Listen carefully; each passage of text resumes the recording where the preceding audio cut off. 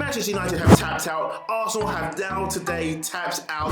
Spurs and Chelsea will cement the final 2 places left for the Champions League football next season. I overreacted by calling Gary Neville salty Gary Neville. I was wrong and Gary Neville, once again, is right. That's right, I'm Tynight here for TK24 Sports.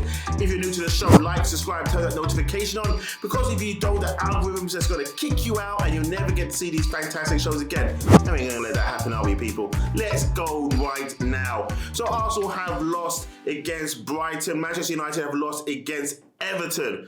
Everton fighting for relegation, not to be relegated, shall we say, and they turned up at Goodison and whooped Manchester United 1-0. Arsenal lost to Crystal Palace during the week on Monday Night Football, of course getting battered 3-0 at Selhurst Park by Patrick Vieira. Goes at home now to Graham Potter's team, Brighton, and bear this in mind, Arsenal have only beaten Brighton 3 times, but Brighton have now beaten Arsenal 4 times in the Premier League. Mikel Arteta, what the hell is he doing? Getting beaten 2-1 at home, knowing that they had to win today. With that loss against Brighton, gave the upper hand to Spurs, who has just battered Aston Villa. Battered Aston Villa. Bearing in mind, Spurs battered Newcastle. What was Arteta thinking? Putting Xhaka at left back. He could have played El Neni in the middle, but yet he went with Lokonga. And I think this is what the Arsenal fans are complaining about when it comes to Mikel Arteta. Just what does he think he's actually doing? With Manchester United, they're going for their process. They've got the caretaker manager in charge.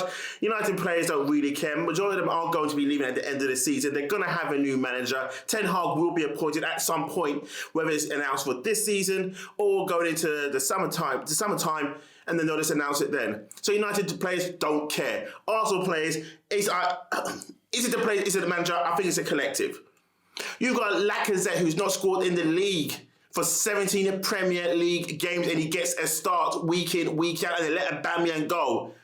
Maybe what they should have done was maybe kept Aubameyang, kept Torreira, kept Guendouzi, kept Maitland-Niles. All this frustration and anger, yes, it's true and it's rightly directed towards the manager. A lot of people are saying it's, the Cronkies. The Cronkies are not picking the players. The Cronkies are not saying who they can sign, who they cannot sign. That is down to Edu and Arteta, and Arteta is the manager who picks these players. So now the big question is out.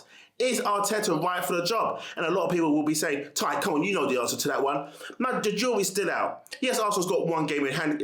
Mathematically, yes, they can still catch Spurs. But by the goal difference, as we're speaking now, at the moment in time, it's +9.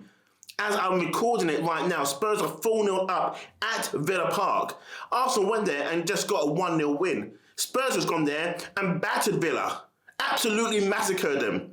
Chelsea battered Southampton. Southampton were poor, don't get me wrong. But Chelsea took their chances. Yeah, they got battered at Stamford Bridge by Real Madrid. We know that already. Then they got beaten 4-1 by Brentford at home. We know that already. But they came back and they showed no remorse.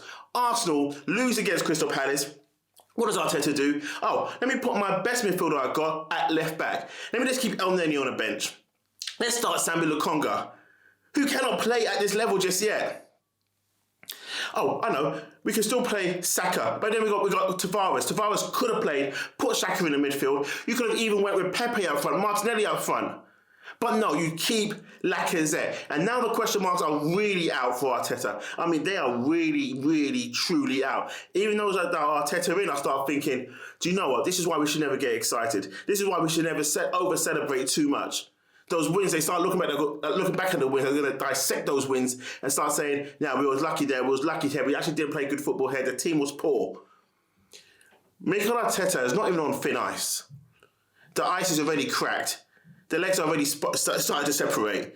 I do not think he will last to next season. When I say the last, he'll finish his season out. He may get the Europa League, but Arsenal have to start doing the process now and start thinking who else is out there. If Ten Hag is going to be at Manchester United, that's another top manager that they've let go through their grips.